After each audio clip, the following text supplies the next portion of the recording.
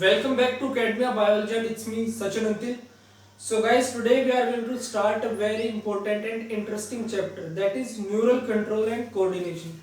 ये particular chapter मेरा खुद का भी फेवरेट है, पर ये बच्चों को ज्यादातर क्या थोड़ा सा कॉम्प्लिकेटेड या मुश्किल लगता है समझने में। पर इस चैप्टर को आज हम इतने अच्छे से समझेंगे, यानी कि इसकी स्टार्टिंग जो भी जितना पोर्शन आज कवर करेंगे सबको हम डायग्राम्स के साथ समझने की कोशिश करेंगे। शायद ही कोई चीज ऐसी होगी जो आपको समझ नहीं आएगी। तो शुरू करते हैं आपका न्यूरल कंट्रोल एंड कोऑर्डिनेशन।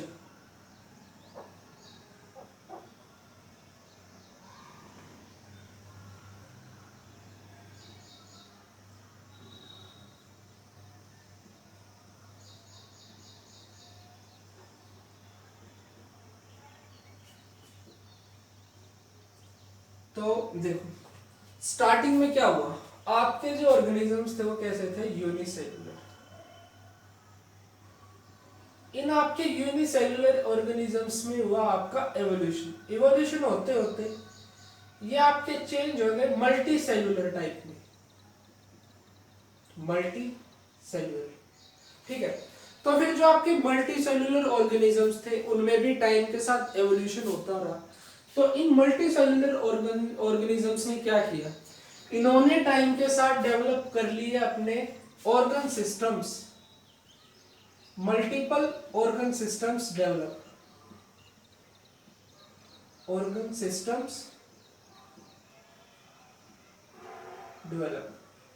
तो जो आपके मल्टी सेल्युलर ऑर्गेनिजम्स थे इनमें इवोल्यूशन हुआ और इन्होंने आपके टाइम के साथ डेवलप कर लिए अपने ऑर्गन सिस्टम्स। उसी से फिर मल्टीपल ऑर्गन सिस्टम यानी कि बहुत सारे ऑर्गन सिस्टम डेवलप हो गए। जैसे कि आपका ऑर्गन सिस्टम्स देख लेते हैं, जैसे आपका respiratory system, then cardiovascular system, cardiovascular system, excretory system. तो इसी तरह से मतलब इन्होंने मल्टीपल बहुत सारे जो ऑर्गन सिस्टम्स थे वो इन्होंने डेवलप कर लिए। बट अब ये ऑर्गन सिस्टम तो डेवलप हो गए, तो इन ऑर्गन सिस्टम्स के बीच में क्या होना जरूरी है, the organ systems must be, the organ system must be coordinated. जो ये आपके organ systems multi cellular organisms में डेवलप हुए, इनके बीच में कोऑर्डिनेशन होना बहुत ज्यादा जरूरी है। तो देखो, ये कोऑर्डिनेशन क्या है, कोऑर्डिनेशन सिंपली जिसको हम बोलते हैं तालमेल, तालमेल। तो कोऑर्डिनेशन को हम डिफाइन भी कर सकते हैं, इसके जनरल से हम कोऑर्डिनेशन की डेफिनेशन देते हैं, अ process by which two or more organ systems, two or more organ systems interact and complement the functioning,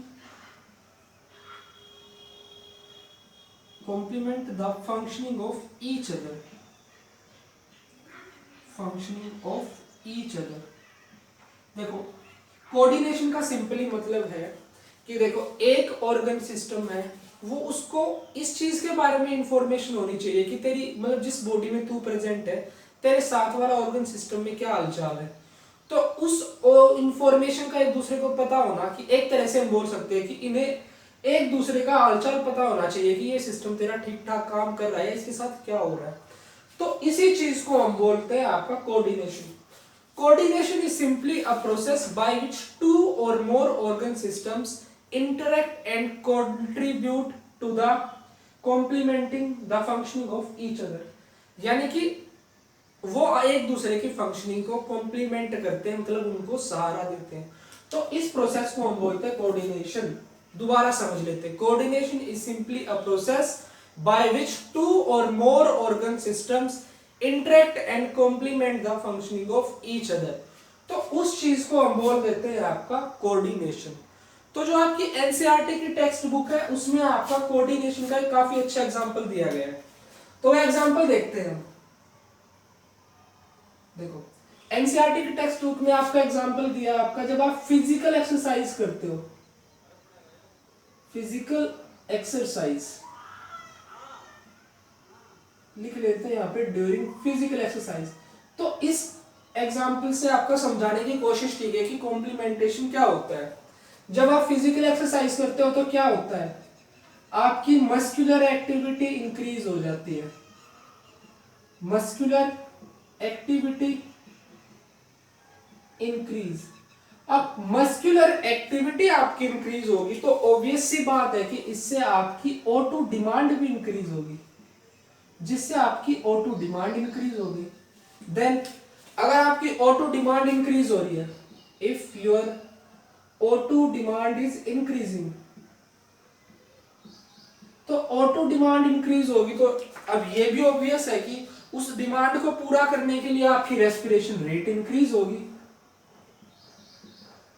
respiration rate increase होगी आपकी।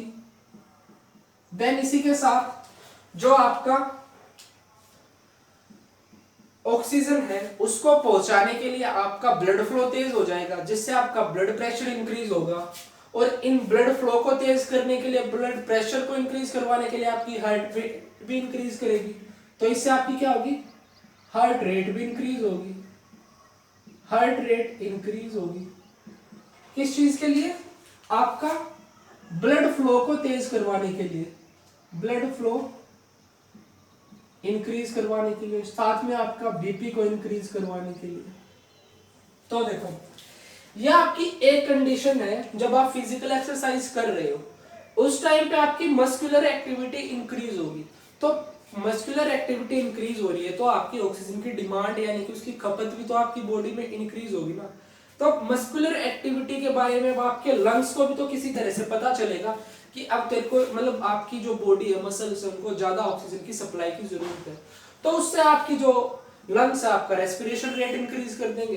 तो ये एक मिलजुल कर जो ये एक चीज की वजह से एक प्रॉपर फंक्शनिंग कर रहे हैं, यानी कि एक सिंगल बॉडी के पार्ट पे इफेक्ट की वजह से जो आपके बाकी के बॉडी पार्ट से रिस्पॉन्स पैदा कर रहे हैं, उसी को हम बोल देते हैं आपका कोऑर्डिनेशन।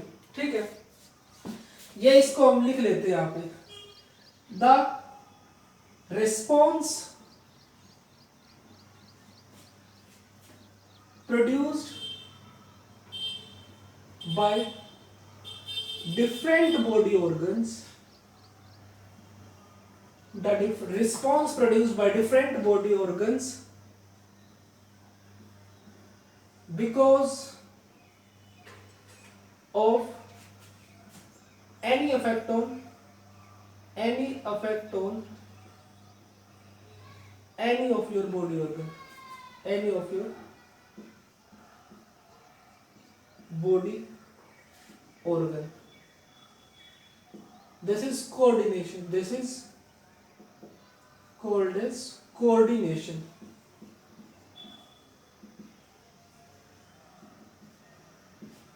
देखो अगर आपकी बॉडी के किसी एक ऑर्गन पे किसी तरह का इफेक्ट पड़ता है, कोई भी वो आपका इफेक्ट हो सकता है आपके एक्सटर्नल इन्वायरमेंट की वजह से, कोई मैकेनिकल इंजरी यानी किसी भी तरह का उसमें कोई चेंज आता है, तो उस चेंज के बारे में आपके बाकी के बॉडी ऑर्गन्स को पता चलना और उसको उन बाकी बॉडी ऑर्गन्स का भी कुछ और अपना रिस्पॉन्स शो करना, उसी चीज को हम बोलते हैं कोऑर्डिनेशन। यानी कि अपनी बॉडी के ऑर्गन्स के बीच में एक तालमेल होना, वो आपका होता है कोऑर्डिनेशन। ठीक है, तो यहां देखो जो ये आपका कोऑर्डिनेशन है, ह्यूमन बॉडी में कोऑर्डिनेशन के लिए आपके दो सिस्टम्स प्रेजेंट होते हैं।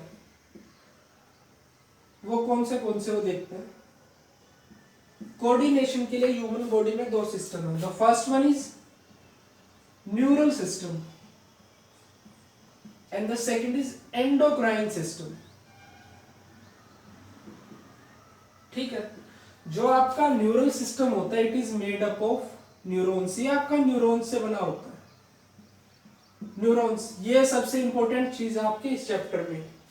न्यूरॉन्स आपके स्पेशलाइज्ड सेल होते हैं जिनको हम बोलते हैं नर्व सेल्स। ठीक है, तो ये न्यूरॉन्स की हेल्प से क्या करता है, कंडक्ट करता है इंपल्सेस, कंडक्ट इंपल्सेस।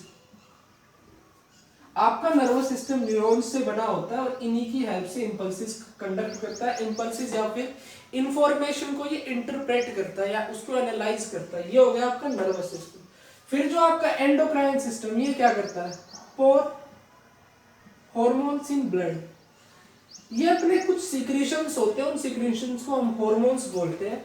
उन हॉर्मोन्स को ये ब्लड में डाल के रिस्पॉन्स क्रिएट करवाता है या फिर रिएक्शन क्रिएट करवाता है, जिसको आपका एंडोक्राइन सिस्टम बोलते हैं। 4 hormones in blood to produce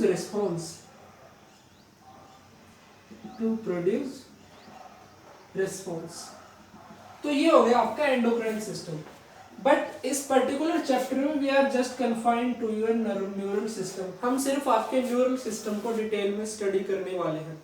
so guys, I hope कि आपको अब तक जो आपका कोऑर्डिनेशन का मतलब है वो समझ आया होगा। तो कोऑर्डिनेशन समझकर अब आगे बढ़ते हैं आपके नर्वस सिस्टम की तरफ। इसको इरेज करते हैं।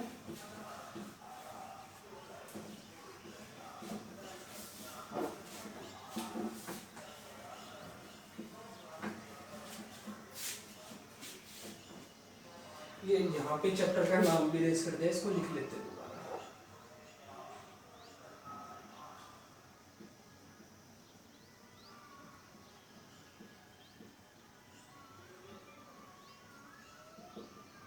तो देखो, बेसिकली इस चैप्टर के बारे में आपको समझ आ गया होगा कि हमें क्या चीज पढ़नी है। तो अब हम देखते हैं आपका ओवरव्यू ऑफ आपका जो न्यूरल कंट्रोल या आपका जो नर्वस सिस्टम है। Over view of nervous system, आपके नर्वस सिस्टम के बारे में हम देखने वाले हैं। ठीक है,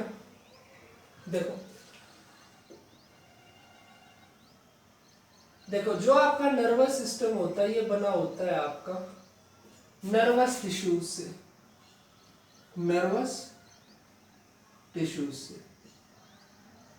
और जो आपके नर्वस टिश्यूज होते हैं इनमें होते हैं आपके 2 टाइप के सेल्स, 2 टाइप्स ऑफ सेल। तो 2 टाइप के सेल कौन से होते हैं वो देखते हैं।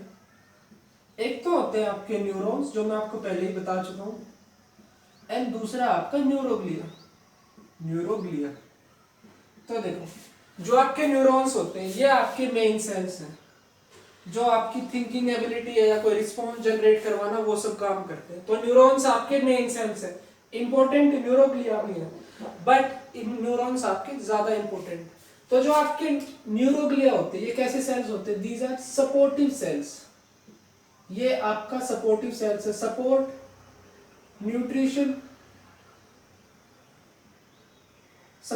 Nutrition and protection to neurons. तो जो आपके न्यूरोग्लिया होते हैं वो आपके न्यूरॉन्स को सपोर्ट करते हैं, उनको न्यूट्रिशन में हेल्प करते हैं, प्रोटेक्शन देते हैं उनको।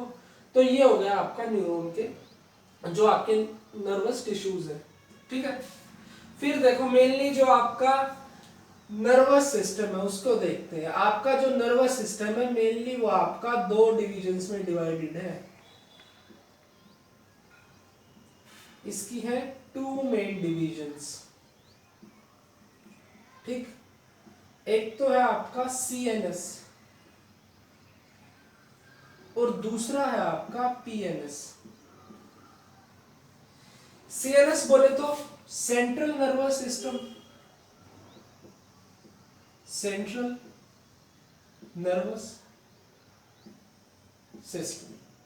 PNS आपका है पेरिफेरल नर्वस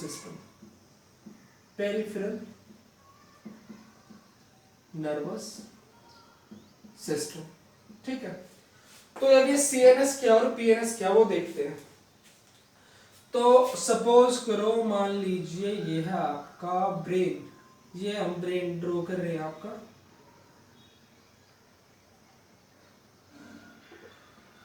थोड़ा सा शेप सही ना हो तो फिर भी समझ लेना है ये ब्रेन ही और कुछ नहीं है। तो ये मान लीजिए ये आपका है ब्रेन, और ब्रेन से ही कनेक्टेड होती है आपकी इस तरह से, ये कुछ ऐसे। ठीक है, यह है आपकी स्पाइनल कोड। Spinal cord. तो देखो जो आपका ये क्या है, ब्रेन। तो आपकी ब्रेन और स्पाइनल कोड ये दोनों मिलके आपका फॉर्म करते हैं सीएनएस। ठीक, इतना समझ आया होगा। जो आपका ब्रेन है और आपकी जो स्पाइनल कोड है दोनों मिलके फॉर्म करते हैं आपका सीएनएस। फिर उसके बाद देखो जो आपका ब्रेन होता है उसमें से कुछ इस तरह से नर्व्स प्रेजेंट होती है, निकलती है, जो आपके माउथ में, आपकी नेक में और आपके ब्रेन के आसपास जो रीजन आपका नेक तक का, उस रीजन में कंसंट्रेटेड रहती है ये इस तरह से। ठीक है, इन नर्व्स को हम बोलते हैं क्रेनियल नर्व्स। Cranial nerves. ठीक है, ये हो गई आपकी क्रेनियल नर्व्स।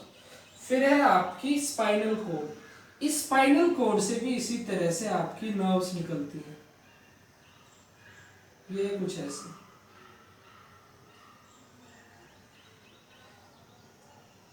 ये आपकी दोनों तरफ होती है, मत समझना आपकी एंटायरली, मतलब यहाँ तो 3 डायमेंशनल तो दिखा नहीं सकते।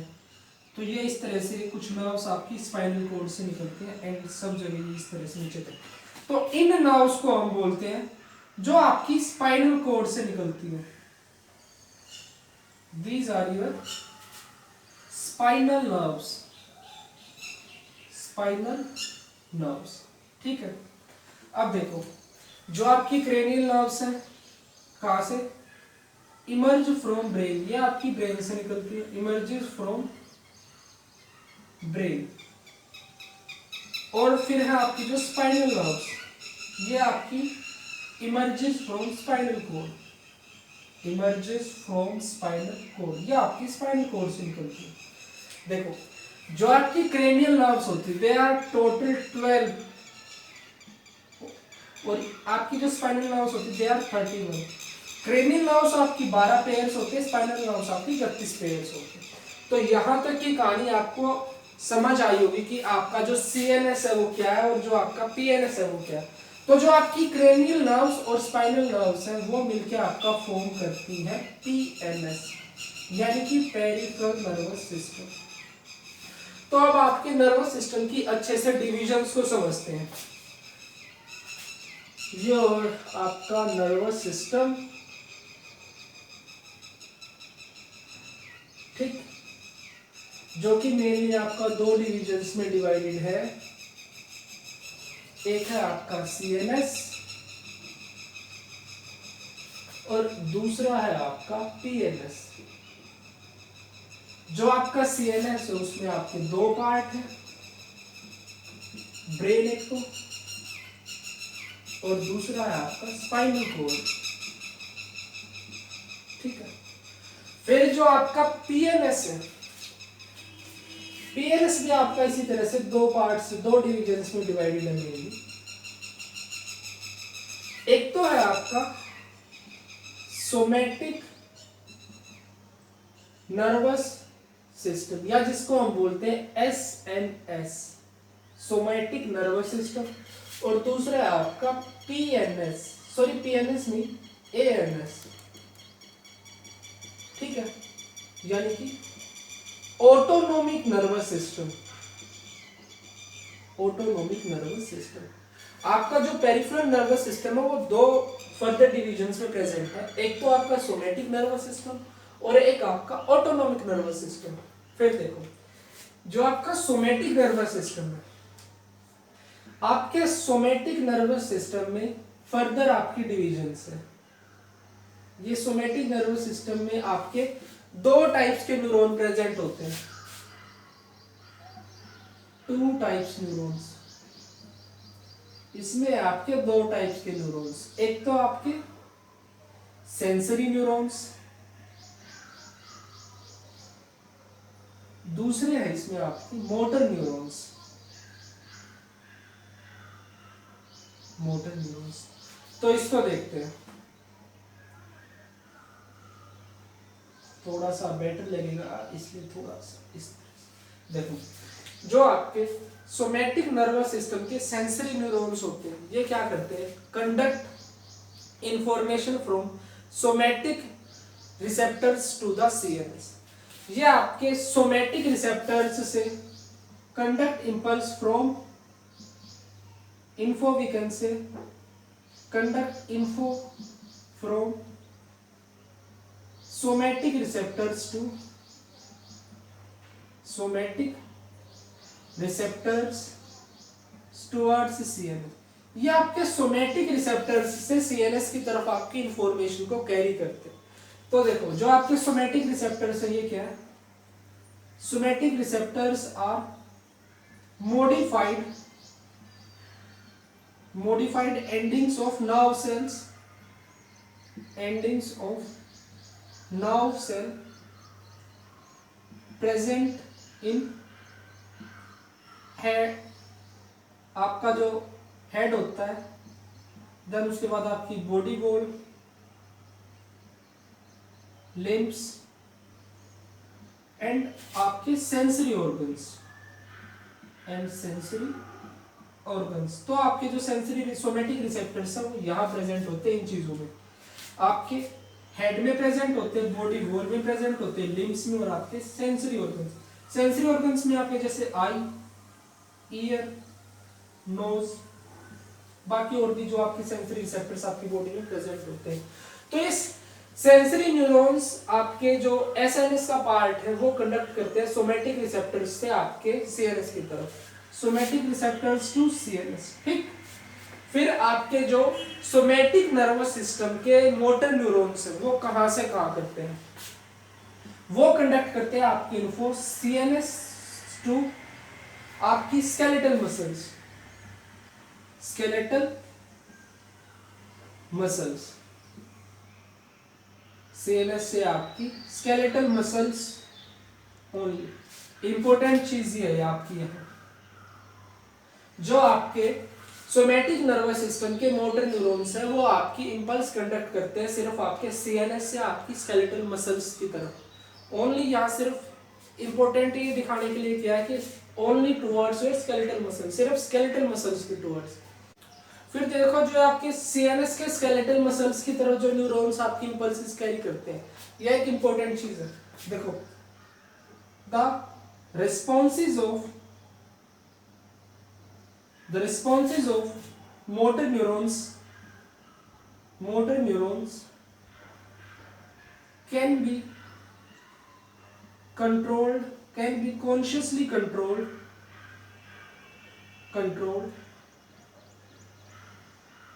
therefore this particular part of PNS is, therefore this part of PNS is voluntary। तो इसीलिए आपका ये जो आपका पीएनएस का पार्ट है वो वॉलेंट्री होता है। देखो जो आपके पीएनएस में आपके सोमैटिक नर्वस सिस्टम के जो आपके मोटर न्यूरॉन्स हैं उनके जो रिस्पॉन्स होते हैं उनको हम कॉन्शियसली कंट्रोल कर सकते हैं, यानी कि अपनी खुद की इच्छा से, स्वेच्छा से उसको हम कंट्रोल कर सकते हैं, consciously control. therefore this particular part of your PNS is termed as voluntary। इसीलिए आपके पीएनएस के इस पार्ट को हम बोलते हैं वॉलेंट्री, जो आपकी इच्छा से थोड़ा बहुत कंट्रोल हो सकता हो। ठीक, फिर इसके बाद आते हैं आपके ऑटोनोमिक नर्वस सिस्टम। तो जो आपका ऑटोनोमिक नर्वस सिस्टम, इसमें भी आप किसी तरह से टू टाइप्स ऑफ न्यूरॉन्स, इसमें भी आपके दो टाइप्स के न्यूरॉन्स प्रेजेंट होते हैं। तो देखो एक तो भाई आपके सेंसरी, दूसरे आपके मोटर। तो जो आपके इसमें सेंसरी ऑटोनोमिक न्यूरॉन्स होते हैं, सेंसरी ऑटोनोमिक न्यूरॉन्स, वो आपकी इंफॉर्मेशन को कैरी करते हैं from sensory autonomic neurons towards your CNS. ठीक है, जो आपके सेंसरी ऑटोनोमिक न्यूरॉन्स होते हैं ये प्रेजेंट होते हैं आपके प्रेजेंट इन विसरल ऑर्गन्स, ये आपके विसरल ऑर्गन्स में प्रेजेंट होते हैं। ठीक, विसरल ऑर्गन्स कौन से, जैसे आपके lungs, stomach etcetera, lungs, stomach और जो आपके बाकी विसर्ड ऑर्गन्स हैं। तो जो आपके एएनएस में, ऑटोनोमिक नर्वस सिस्टम में, जो आपके दो टाइप के न्यूरॉन्स होते हैं, एक तो आपके सेंसरी ऑटोनोमस न्यूरॉन्स, एक तो सेंसरी न्यूरॉन्स जो होते हैं आपके सेंसरी ऑटोनोमिक न्यूरॉन्स, दूसरे आपके मोटर न्यूरॉन्स। तो जो आपके सेंसरी न्यूरॉन्स होते हैं इंपल्स को कैरी करते हैं from sensory autonomic neurons towards the CNS. ये आपके सेंसरी ऑटोनोमस न्यूरॉन्स प्रेजेंट होते हैं आपके विसरल ऑर्गन्स में like your lungs and stomach. फिर जो आपके मोटर न्यूरॉन्स हैं, ये आपकी इंफॉर्मेशन इंपल्सेस कैरी करते हैं from your CNS to CNS towards your cardiac muscles, then smooth muscles और आपकी ग्लैंड्स। तो पीएनएस में जो आपका एएनएस है, एएनएस में जो मोटर न्यूरॉन्स है वो इंफॉर्मेशन कैरी करते हैं सीएनएस से आपके कार्डियक मसल, स्मूथ मसल्स और ग्लैंड्स की तरफ। ठीक है, जो आपके पर्टिकुलर ये ग्लैंड्स हैं और जो है आपकी मसल्स है, इनके रिस्पॉन्सेस कैसे होते हैं जिनको हम अपनी विल से कंट्रोल नहीं कर सकते। तो क्या है ये? The responses of these muscles and glands can't be controlled consciously.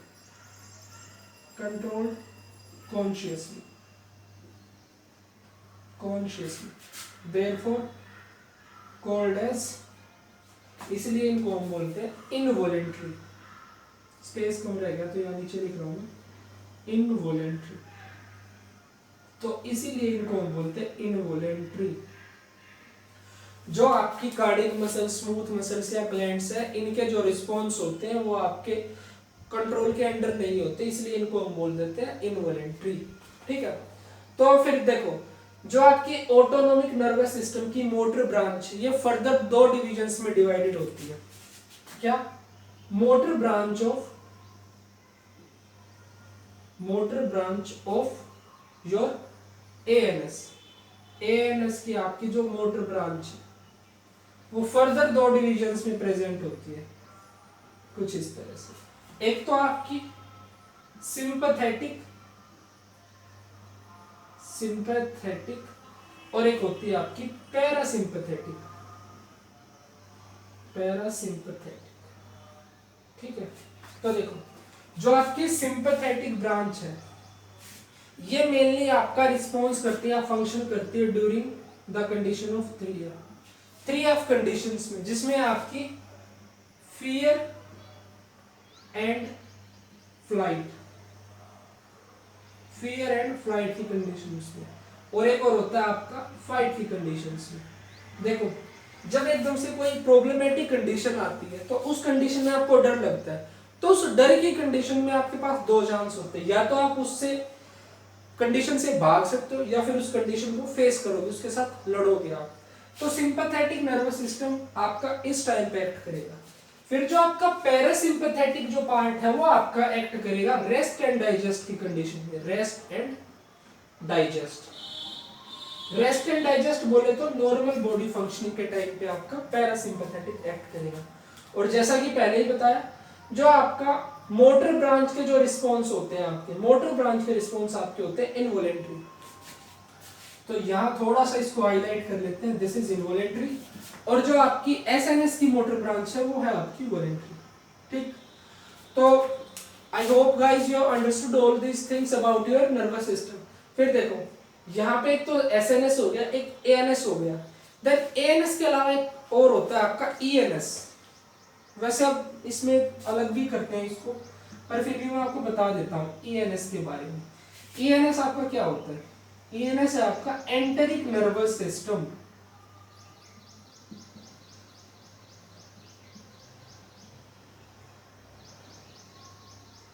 जिसको बोलते हैं हम ब्रेन ऑफ गट।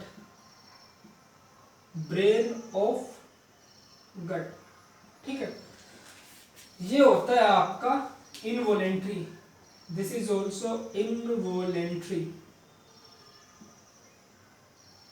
ये यहाँ पे चीज इंपॉर्टेंट है आपकी, ठीक है।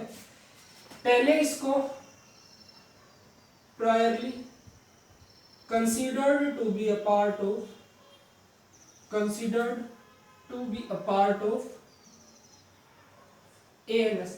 पहले इसको आपका ANS का ही पार्ट माना जाता था, बट जो आपका ENS की फंक्शनिंग है वो इंडिपेंडेंट है फ्रॉम योर ANS एंड और जो आपका CNS है, the ENS functions independently from your CNS and ANS। कुछ हद तक ही आपका CNS के अंडर कंट्रोल होता है। इसमें आपके नियर अबाउट 100 मिलियन न्यूरॉन्स होती है, नियरली 100 मिलियन न्यूरॉन्स प्रेजेंट, ठीक है। याद रखने की बात हुआ आपका ब्रेन ऑफ गट क्या होता है, आपका एंटेरिक नर्वस सिस्टम, ठीक है। तो गाइस इसी के साथ हमारा जो आपका ओवरव्यू था आपका नर्वस सिस्टम का वो फिनिश होता है। Next time we will start with the structure of your neuron. तो न्यूरॉन का जो आपका स्ट्रक्चर होगा और उसके जो टाइप होंगे उनको हम विद डिटेल स्टडी करने वाले हैं। So guys I hope you understood all this things. Stay tuned for the next one.